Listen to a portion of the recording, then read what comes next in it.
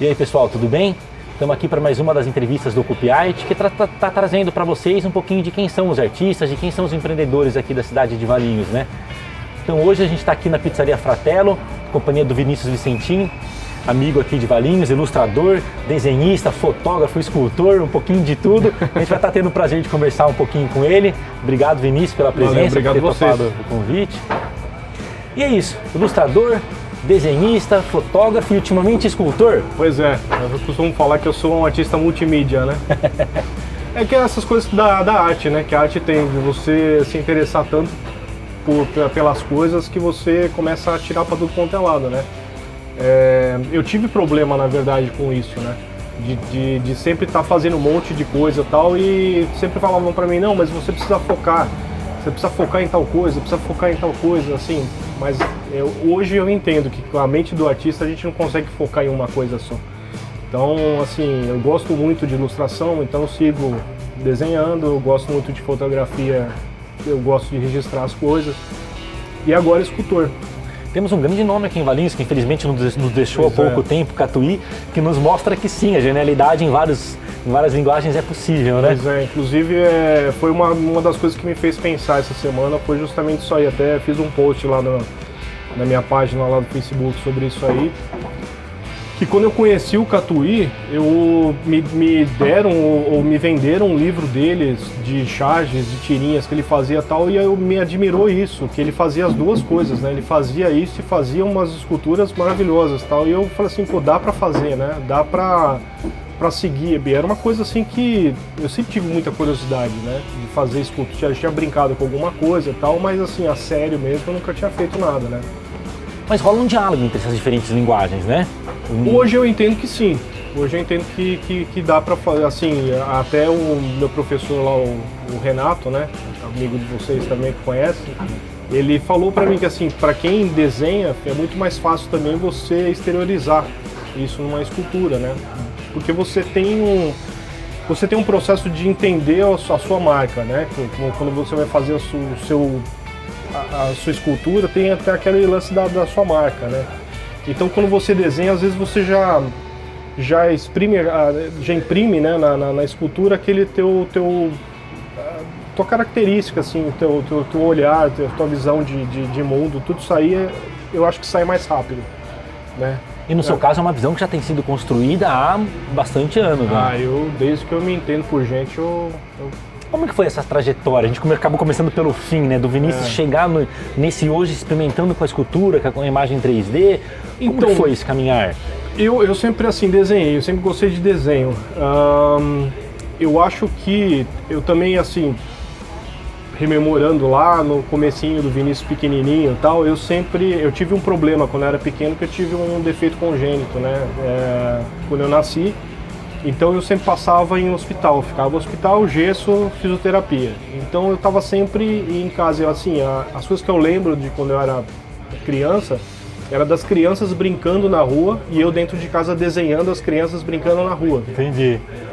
Então eu gostava muito mas eu, assim, não era A ilustração foi o começo então, começou com desenho. Foi com ilustração. Mas sempre brinquei de massinha também, sempre fazia algumas coisinhas de massinha. Lembrando, né, hoje em dia, mexendo com argila, eu lembro que eu fazia algumas coisas e deixava, sabe, uns totemzinhos, umas coisas assim prontas. Eu não ficava brincando com a massinha e largava, assim, eu deixava lá e deixava bastante tempo, né. Fazia aquele stick, né, que é um havaiano, eu fazia aquilo lá também já pequeno. Então, assim, minha lembrança de pequeno era isso, era fazer o desenho, às vezes, é lógico, eu fui uma criança que brincou também e tal, que se divertiu. Mas o desenho sempre teve muito presente. Mas a maior parte do tempo era desenhando. E foi o que acabou te levando para a comunicação social, para o design, depois informações. Exatamente. Né? Foi o que assim, eu queria ter feito publicidade e propaganda, mas eu falei assim, eu vou fazer design porque eu quero trabalhar mais ou menos numa área mais específica, internet, fazer alguma coisa do tipo assim. E aí eu segui para o caminho do design gráfico, que também era um curso um pouco mais rápido, né? 2 anos em vez de 4 e tal. E tinha algumas coisas de matéria de publicidade que eu falei assim, acho que vai se encaixar no que eu estou precisando no momento, né? Então aí eu acabei... E se encaixavam de fato, você acha? Sim, porque assim, como eu gostava muito de fotografia, de desenho mesmo, né? Gráfico, de desenho modelagem 3D, tudo isso aí você aprende lá na faculdade, né? O seu lado do quadrinho, né, que é um lado que eu acho muito fascinante, por uma série de motivos, não só porque é uma linguagem que me agrada, mas porque hoje, dentro da coisa da indústria cultural, é uma linguagem que tem tomado uma dimensão quase onipresente, né? A gente está tendo Pantera Negra ultimamente, mas um histórico já de 10, 12 anos de Marvel, chegando nos videogames, chegando em Netflix, em tanta mídia diferente, esse quadrinho dominante, né? Mas é muito contrário àquilo que nós no Copy Art temos lutado, que não é uma indústria cultural, que o mesmo quadrinho vai para o mundo todo, mas que as pessoas aprendam a consumir um quadrinho local, né? Sim. Você, Vinícius, hoje, já com uma experiência, com uma trajetória nesse mundo do quadrinho, imagino que talvez a sua trajetória é mais madura, assim, né? A ilustração, o quadrinho. Sim, de ter trabalhado profissionalmente assim, sim. Como que você vê o cenário independente no quadrinho, que apesar de ser uma mídia tão onipresente, é tão hoje comida pela indústria cultural, né? É difícil. É que é engraçado, então, porque assim, o mercado americano é muito diferente do mercado nacional, né? Aqui a gente, para sobreviver de quadrinhos, a gente sempre viveu um pouco em nicho, assim, sabe? A gente sempre, por isso que eu reclamo uma coisa assim recorrente nos quadrinhos nacionais, é o lance da panelinha. Mas eu entendo que tenha que existir essa panelinha justamente por uma sobrevivência. Né? Como assim? Porque para muitos jovens é difícil, né? Sim. Muitos jovens, mesmo nós, né, na nossa mais jovens um pouco, olhava, puta, mas que saca essas panelinhas, como que eu entro? Pra gente a luta diária da vida, né, cara? Não, porque assim, você precisa de, assim, entrar num grupo, né? E o quadrinho é isso, é um grupo muito restrito, é muito fechado. E hoje você vê que é importante esse fechamento desse grupo. Sim. Por quê? Como você explicaria isso para esse jovem que hoje está ali angustiado tentando entrar? Porque assim, tem a ver um pouco com a qualidade também, eu acho. Não pode abrir muito também, porque senão você não tem muito controle. E aquela coisa de turma mesmo, eu acho, sabe? Se você consegue encaixar naquela turma assim, e dar certo ali, é legal, né? Eu participei de um coletivo em São Paulo, que eu participei de todos, eles lançaram 6 volumes. E esses 6 volumes eu participei com eles, assim, porque deu certo a parceria, entendeu? A gente falava a mesma língua, a gente se entendia legal, eu não dependia muito de roteiro, porque assim, era mais um projeto que juntava roteiristas com quadrinistas, né, com ilustradores, no caso, assim, pessoa que Isso foi em desenho. São Paulo, capital? São Paulo. Então, assim, no meu caso, eu não precisei, eu fazia já minhas histórias, eu fazia a roteirização e já fazia os desenhos também, colorização, qualquer coisa do tipo. Então, cheguei a trabalhar com parceria, mas assim, havia uma facilidade na conversa da gente e tal. E eu acho que nessas panelas, que eu gosto e não gosto, eu acho que elas são necessárias para uma sobrevivência de um grupo, né? Hoje em dia a gente tem o Catarse, por exemplo, que é essas vaquinhas virtuais. Vocês estão inclusive com o Catarse rolando, né?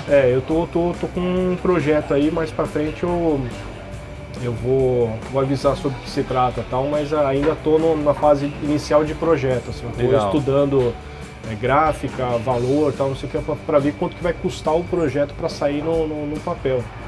E tem um problema muito sério assim no Brasil, que é o problema de distribuição, né?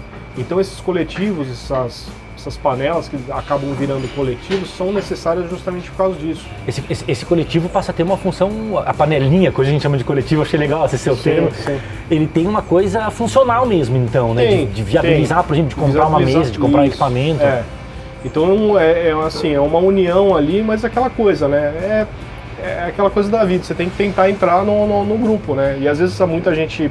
Para um jovem é difícil isso, né, cara? Porque é a mesma coisa que eu faço um paralelo numa escola, por exemplo. Você chega novo na escola e aí você tem que fazer os seus amigos, né? Fazer uma turminha de amigos. É difícil você entrar numa turma de amigos. Você tem que demonstrar empenho, você tem que mostrar, eu sei fazer tal coisa, assim, sabe?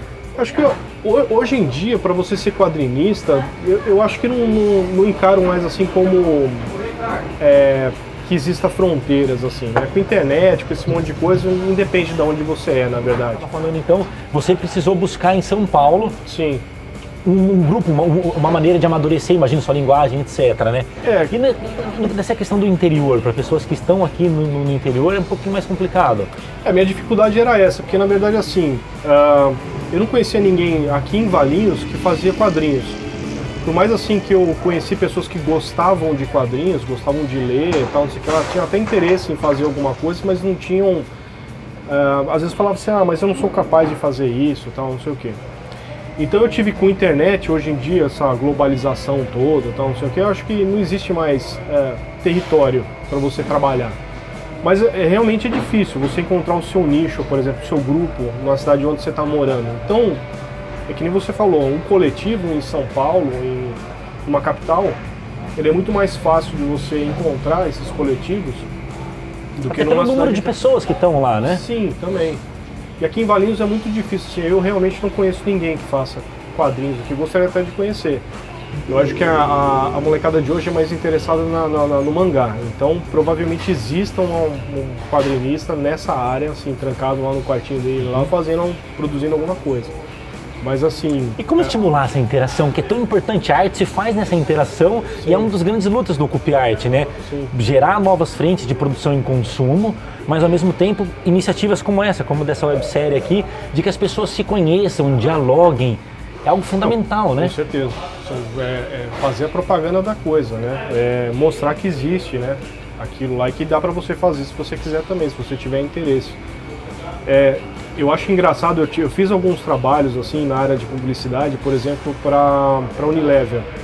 E eles usavam quadrinhos para explicar, né? Como usar um equipamento, tal, não sei o que. Então é uma coisa que atinge um público X, Y, N, várias pessoas, criança, velho, né, adulto, mulheres, então depende de cada nicho, assim, o que você gosta e tal, mas enfim, eu acho que para você dar publicidade para os quadrinhos, eu acho que falar, isso aqui existe, dá para fazer tal coisa com isso, dá para fazer desde, né, na área de publicidade ou então uma história, né, comum. Você vê, se eu não me engano, eu não vou lembrar o nome do filme, mas está para sair um filme nacional de história em quadrinhos, nacional, né, quer dizer, já está crescendo, esse mercado cresceu muito nos Estados Unidos, é uma cultura de lá, né, e eu acho que no Brasil precisa isso também, sabe? A gente tem história para contar, dá para contar muita história, né? Nossa Senhora. Nos quadrinhos, com certeza. O desenho, a ilustração, para muitos jovens, é a porta de entrada para esse mundo das artes, né? Onde o cara começa ali em casa fazendo uma ilustração, um desenho aqui, e pais entram em desespero, né? Meu Deus, meu filho não quer ser advogado, meu filho não quer ser médico, ele quer ser desenhista. Uhum. O que eu vou fazer da vida? Muita gente tem desespero, né? Dá desespero. Ainda bem que na minha família não teve isso, não. Eles até se sentiram orgulho, assim, de ter alguém artista na família, tal, não sei o que. Isso eu achei interessante. Pois é, o que você falaria para esse jovem que está tendo resistência, que não tá procurando um conselho, procurando uma dica? O que você falaria para ele? Eu acho que tem que tentar, cara. Se é uma coisa que você gosta, independe do que for. Pode ser música, pode ser escultura, desenho, qualquer coisa na área de arte, assim. Você tem que tentar. Estudar bastante, às vezes as pessoas vêm falar comigo, mas o que eu faço e tal? Às vezes eu vejo muita molecada que está fixamente ali no mangá, sabe? Vai ler outras coisas, vai ler um conto de terror, de ficção científica, vai para outras áreas, mesmo que o interesse seja aquele nicho ali, mas vai expandir a mente, vai fazer uma coisa assim que traga bagagem para depois você fazer alguma coisa legal. E assim, eu acho que a família tem que apoiar, porque uma hora assim, você pode ter publicidade, ilustração, você usa em qualquer coisa, né, cara? Ainda mais no mundo de hoje, tem um visual, né, tão imagético, exatamente, né? Exatamente. Tem molecada aí de 15, 16 anos já ganhando muito dinheiro sendo produtora de indie games. Né? Então o que ele começa? Ele começa ali no rabisco, no desenho, essa história, porque ele tem que roteirizar. Para você fazer uma programação de um game, por exemplo, você tem que roteirizar aquilo lá para ele ser um game legal. Né? Você tem que roteirizar, você tem que entender da mecânica da coisa, mas você tem que fazer alguma coisa atrativa para o teu público se interessar por aquele jogo, por exemplo. E vai muito da necessidade que a gente vê em você, como um dos grandes exemplos disso aqui do grupo de artistas de Valinhos, de experimentar diversas linguagens, as pessoas não terem medo de sair do desenho para uma escultura, de voltar para uma pintura e experimentar, né, linguagens diferentes, justamente para que se encontrem, né, esses outros espaços. Às vezes dá um nó na cabeça, né, cara? Porque você ainda assim, tem, imagina, esses nó? Direto, cara, o tempo inteiro. Assim, eu tenho algumas coisas, assim, eu tô quase me definindo de tipo assim, falar, cara, é isso, cara. Você tem que mesmo atirar pra tudo quanto é lado, porque é bagagem cultural. Que você tá, A sua definição é que é atirar pra todo lado mesmo. Engana de focar uma coisa só. Não, você tem que ter foco. Você tem que, assim, quando você tá fazendo um projeto, você tem que ter foco naquilo lá, para aquilo lá ser a melhor coisa possível. Você não pode ser um procrastinador de falar assim, amanhã eu faço. Né? Porque tem isso no artista também, ser um procrastinador. Mas assim, você se dedicar, mesmo que você vá fazer outra coisa em paralelo, mas você se dedicar, sabe, ter carinho por aquilo que você está fazendo, tá? E assim, esse lance de você atirar para todo lado assim, eu encaro como bagagem cultural. A gente conversa muito dentro do Copy Art com essa coisa de que a gente vê grandes talentos, jovens talentos aqui em Valinhos, mas que tem essa coisa, tipo, os seguidores, rede social é uma armadilha, né? Porque a pessoa encontra um tipo de desenho que tem um feedback fantástico na rede social, então ela está crescendo, ela está tendo seguidores, a gente vê muito isso, né, aqui em Valinhos, e a pessoa se fecha numa técnica, numa linguagem ali, que para amadurecer ela precisa experimentar a alteridade, precisa experimentar o outro, né? Exatamente. E aí fica naquele círculo, né, cara? Aliás, você não consegue sair daquela bolha, né? Você tá ganhando, assim, é que eu falo, cara, elogio é muito bom, mas assim, você tem que ter um pouco de distanciamento, né? Você não pode cair num... Teu ego não pode ser maior que a tua arte, entendeu? Você tem que falar, legal, que as pessoas estão gostando, tal, não sei o quê, mas assim, você tem que ver, assim, se aquilo que você tá fazendo é legal, se você tá gostando de fazer aquilo ali, ou se você está fazendo aquilo para as pessoas, entendeu? Se você está preso numa gaiolinha lá e fala, preciso fazer tal coisa porque é minha zona de conforto. Num dado momento aquilo lá cai em desuso, vamos dizer assim, as pessoas não gostam mais, e aí, o que você vai fazer? Não é? Para quem tiver interesse em envolver um pouco mais sobre isso também, é muito do que a gente estava conversando com o Paulo num dos outros episódios aqui da série, de ter bancado, de ter uma identidade, de ter uma coisa que é sua cara e pôr a sua alma mesmo, né, naquela obra, naquela empresa, naquele trabalho, enfim, né? Isso é verdade, né? Você nunca vai errar, né? Nunca vai errar. E para quem quiser conhecer um pouquinho mais de tudo isso que o Vinícius faz, das fotografias, da escultura, do desenho, como que a pessoa pode ter acesso, onde que ela encontra? Então, tem uma ferramenta chamada Google. Você vai... Você vai lá, porque assim, é muita coisa, eu não vou lembrar de todos os endereços, assim, mas é só digitar Vinas, V-I-N-A-S-Z, Vinas, que é meu nome artístico. Aí vai ter Facebook, vai ter minha página lá no Facebook, Instagram, Vinas.art no Instagram, vai ter meu Behance, que é onde tem o meu portfólio com meus trabalhos, tal, tem fotografia, tem as esculturas, tem os desenhos, as ilustrações. E para facilitar um pouco também, a gente vai estar colocando aqui na descrição do vídeo Legal, todos esses canais para você poder clicar ali diretamente naquela mídia social que te agrada mais, seja Facebook, seja Instagram, enfim. E é isso, agradecemos, Vinícius, por ter topado esse bate-papo, essa breve conversa, para que as pessoas te conheçam um pouco mais, saibam quem é a pessoa, né, por trás disso tudo.